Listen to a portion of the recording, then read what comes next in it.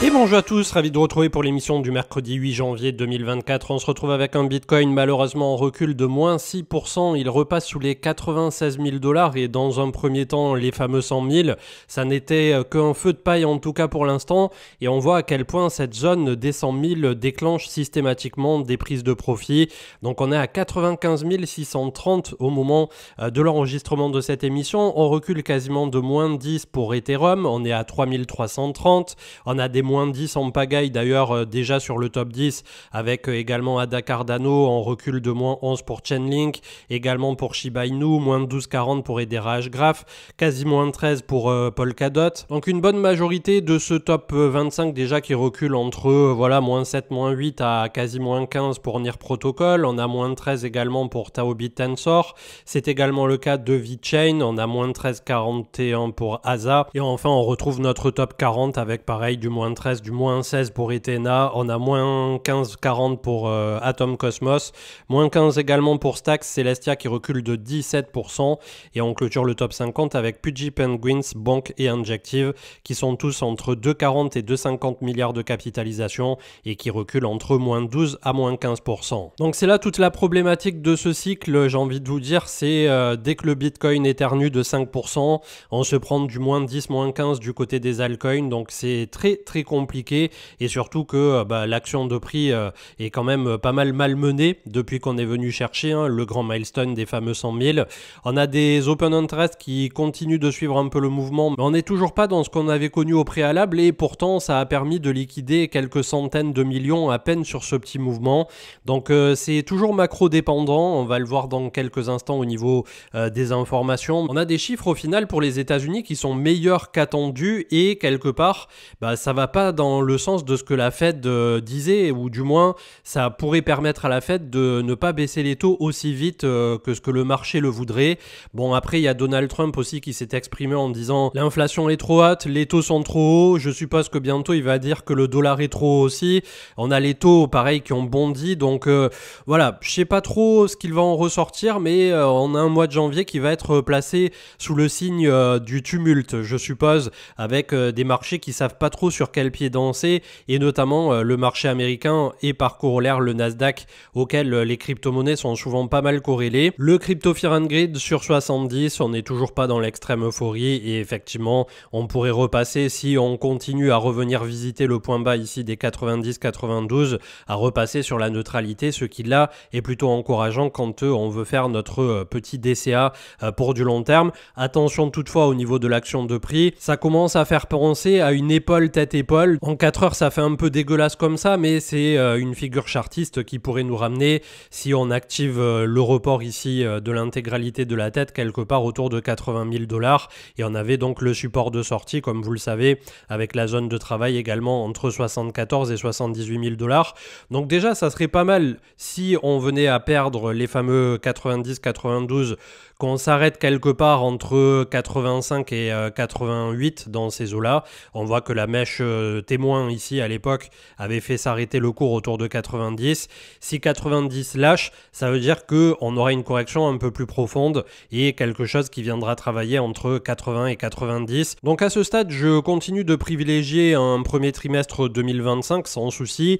La question c'est est-ce que justement l'impact Donald Trump et tout ce qui est en train de se passer d'un point de vue macro pour les États-Unis auront le poids escompté au-delà des narratifs sur ce qui est en train de se dérouler d'un point de vue purement monétaire et d'un point de vue de la liquidité disponible sur les marchés. Les news, et ça va aller très vite puisqu'il y avait assez peu de publications ces derniers jours sur Twitter et beaucoup d'agitation pour parfois pas grand-chose. On avait Alexandre Baradès donc qui nous mettait en avant les chiffres de l'emploi supérieurs aux attentes, indice d'activité dans les services supérieurs aux attentes également, composante de prix dans les services qui bondit d'un mois à l'autre et la Fed qui n'est clairement pas pressée de baisser une nouvelle fois ses taux avec le 10 ans qui vient titiller les 4,70.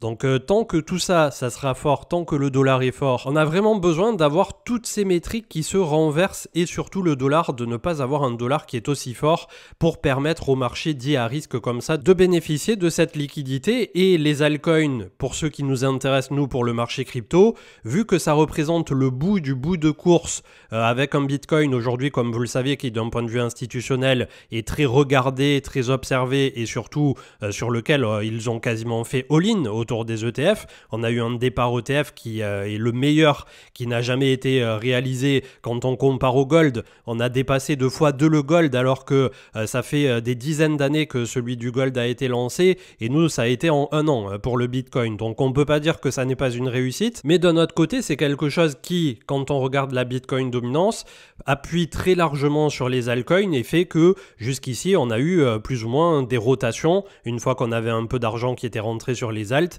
et on n'a pas eu quelque chose de véritablement soutenu, un peu comme on l'avait connu au premier trimestre 2021, mais vous verrez, j'y viens dans un instant au niveau de l'analyse technique, tout n'est peut-être pas perdu pour les altcoins.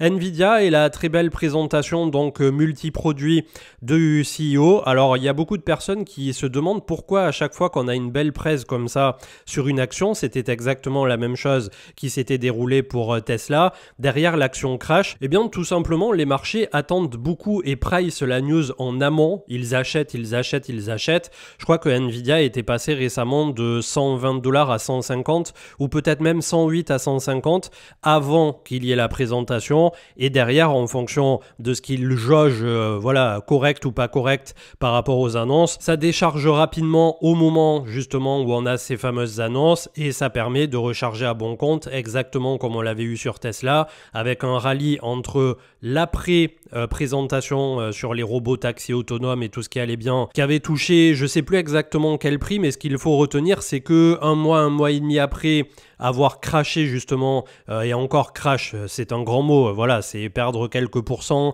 à une dizaine de pourcents pour les actions américaines, ce qui sur des capitalisations qui aujourd'hui font des 3000 milliards pour Nvidia, Apple et tout ça, représentent des sommes qui sont extraordinaires. Et donc un mois et demi après, l'action de Tesla avait fait x2 par rapport à l'après-présentation. Donc je ne pense pas que Nvidia va faire x2, mais par contre dans les prochaines années, clairement on a un leader sur tout ce qui est voilà, chip comme ça au niveau purement électronique on va dire, l'intelligence artificielle également, ils ont parlé de tout ce qui était lié à la voiture, à tout ce qui était autonomie et ça a même parlé d'agents IA. Alors ça m'a fait sourire puisque immédiatement le crypto Twitter s'est emparé du sujet en disant oui regardez Nvidia est en train de shield les IA agents, mais ce ne sont pas ceux des cryptos qu'ils sont en train de mettre en avant, ce sont des cas d'usage professionnel réel dans la vie de tous les jours qui auront là aussi leur importance.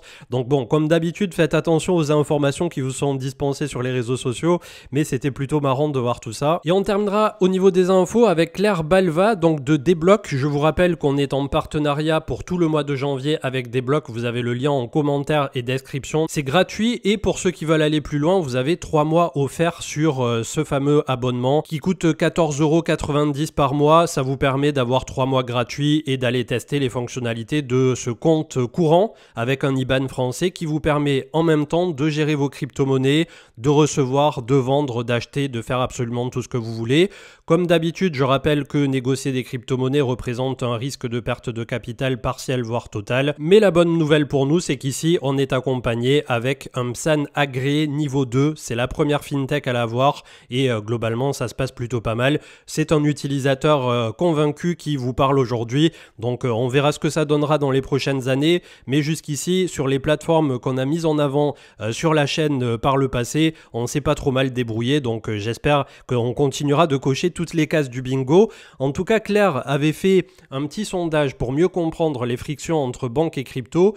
Il y a 600 personnes qui ont répondu et donc aujourd'hui, on a encore des banques françaises qui clôturent les comptes. Et c'est ce qui, quelque part aussi, fait la pub indirectement et gratuitement pour Deblock aujourd'hui. Le fait que c'est des crypto natifs, c'est des gens qui viennent de Revolut, c'est des gens qui viennent de Ledger. Et donc, vous avez les statistiques entre les demandes de papier, 5% quand même qui ont subi une fermeture de compte bancaire, donc qui est attribuée à leur activité autour des crypto-monnaies. La banque la plus citée, loin devant les autres, apparemment serait Crédit Agricole, vient ensuite peut-être à égalité, mais j'ai pas les statistiques exactes de Crédit Mutuel, Caisse d'épargne, Boursorama. Donc pour ceux qui aujourd'hui prévoient de faire des cash-out en 2025 ou 2026 ou des trucs comme ça, faites attention attention d'avoir une certaine traçabilité, d'avoir tout simplement recoupé un peu ce que vous avez fait, même si c'est sur des wallets que vous auto-hébergez.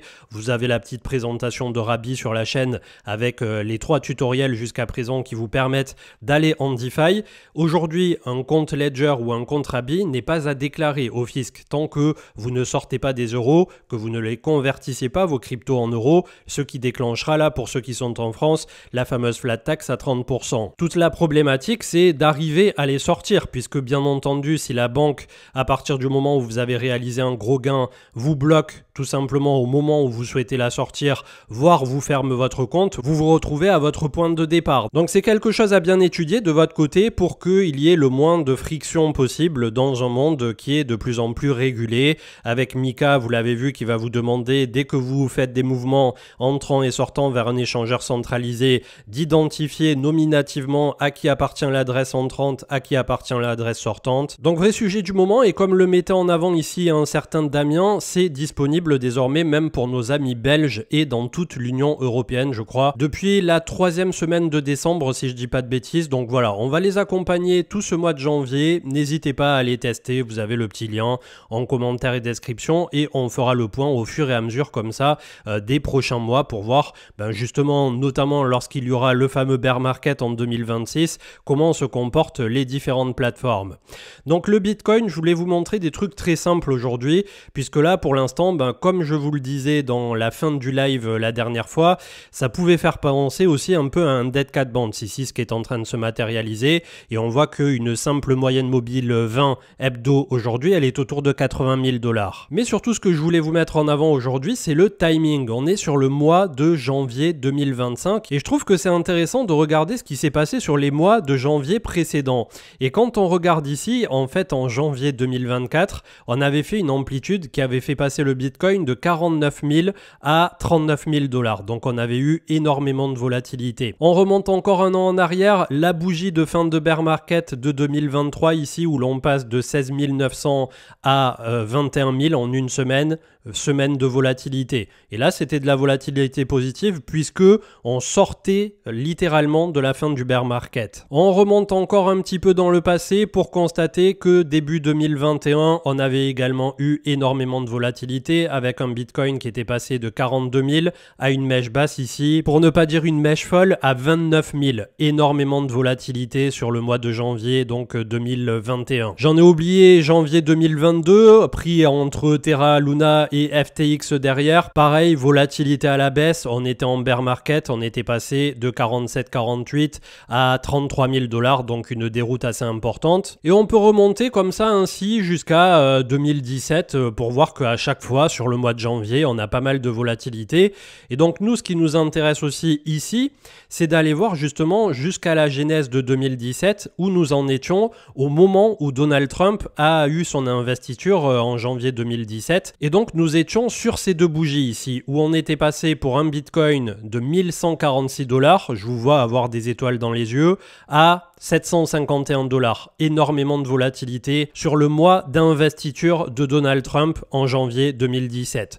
Derrière, on a eu un rallye d'ontologie avec en plus un dollar qui a chuté drastiquement. Je vous le remontre dans un instant, mais c'était le sujet de la dernière émission, pas celle du replay de lundi, mais celle encore d'avant. Et donc ici, ensuite, on en fait ce qu'on en veut, mais à partir de janvier 2021, on a eu l'administration Biden, où globalement, on a connu toute cette période de bear market, plus par la suite ce fameux rallye haussier depuis les 15 000 vers les 108 000 $ pour un Bitcoin. Donc à aujourd'hui, c'est quand même un rallye qui est assez important, hein, on va pas se le cacher. C'est pour ça que les fameux 200, 300 000, etc. pour l'automne 2025, si toutes les planètes venaient à être alignées en mode 36 États en FOMO, les États-Unis ont approuvé la réserve, pourquoi pas, hein. Mais dans le sens contraire, on peut très bien toper relativement tôt aussi au-dessus des 100 000 $, 120, 130, peut-être même pas s'approcher des 150. C'est aussi autant de l'ordre du possible que de dire je vise des targets à à 200-300 000. Donc là, un mois de janvier qui, comme vous le voyez, ne défraie pas la chronique et est placé sous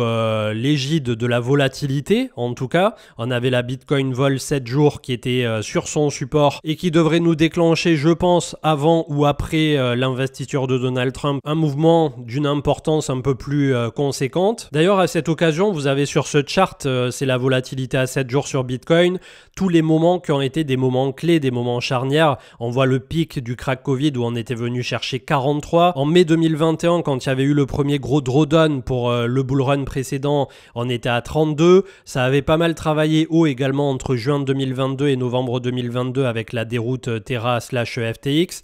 Et on avait eu un point bas ultime ici en janvier 2023, décembre 2022, janvier 2023, où on était venu faire un point bas autour de 2, sachant que le plus bas avait été octobre 2018 autour de 1,76. Donc ça, au plus on est bas, au plus ça veut dire qu'on va avoir un mouvement de volatilité à venir assez important. Et quand c'est cumulatif à une sortie de bear market, bien entendu que ça vous donne un indice supplémentaire qu'il est peut-être bon moment pour commencer à faire un DCA, voire pour les plus aventureux d'entre vous, le fameux lump sum, pour payer en une seule fois. Mais clairement, c'est pas le genre de stratégie qu'on défend ici sur la chaîne. Donc je laisse ça à ceux qui ont envie de s'y aventurer. Ether quelques instants pour vérifier où se trouvent les moyennes mobiles et donc les supports. Pour l'instant, on est à 3300. On en a une qui passe à 3100 avec la moyenne mobile 50. La moyenne mobile 20 est juste à 3000 et la moyenne mobile 100 et 200 sont aujourd'hui à 2005 avec une zone de sortie à défendre autour de 2007. Donc ce qui serait problématique pour Ether aujourd'hui, c'est dans un premier temps de perdre les 3000 et ensuite je pense de perdre les 2008-2009. On n'est pas censé de nouveau réintégrer cette box verte ici tout en bas, mais ça va être énormément Bitcoin dépendant avec un ETH BTC qui de nouveau n'arrive même pas à finir son W ici pour aller recoller le train des 0.04. C'est extrêmement décevant, mais ça représente tout à fait la non-appétence au risque du marché global vis-à-vis du marché crypto, d'aller chercher plus de risques sur les altcoins par rapport à Bitcoin qui déjà est lui-même très volatile. Comme je vous disais à l'instant, le fameux DXY, alors on en a déjà discuté à 2 reprises dans les dernières émissions, mais investiture de Donald Trump, dollar très haut, dollar qui crash de 15%, ça peut paraître anecdotique mais c'est énorme pour un panier de devises, et ensuite l'administration Biden qui a commencé ici en janvier 2021 et un rallye de plus 30%. Aujourd'hui on est à 108 et plus, on a break un range de 2 ans à la hausse, donc ça n'est pas rien. J'espère vivement qu'on va pas avoir dans un premier temps à revoir un dollar sur le DXY à 115, puisque sinon ça risque d'être assez compliqué. Pour le moment, on a le RSI qui est en train de nous faire un double top divergent avec le cours qui a fait un point plus haut que le précédent. C'est plutôt encourageant pour la suite. On va voir si le monde aujourd'hui fonctionne exactement comme il a fonctionné entre 2017 à 2021 ou si Donald Trump va choisir de faire une politique un peu différente. Le SP500 avait clôturé à moins 1,11 à 5900 points. Donc attention, moyenne mobile 20 à ne pas perdre, sinon gros décrochage et sortie du biseau ascendant à 5850 approximativement. Le RSI est toujours dans une contraction comme ça, dans un semblant de triangle rectangle descendant. Donc 2025, franchement, pour l'instant, c'est un peu le popcorn là qui est en train de mijoter, mais quand ça va partir, je sais pas dans quel sens, je pense qu'il va falloir s'accrocher, peu importe justement le sens de sortie de ce dernier. Et le gold qui est en train de finir sa petite contraction dans ce qui peut s'apparenter, je pense que ça en prend de plus en plus la voie à un petit flag ici et qui donc pourrait continuer dans le sens de la sortie, toujours sous couvert de ce que risque de décider donc l'administration de Trump.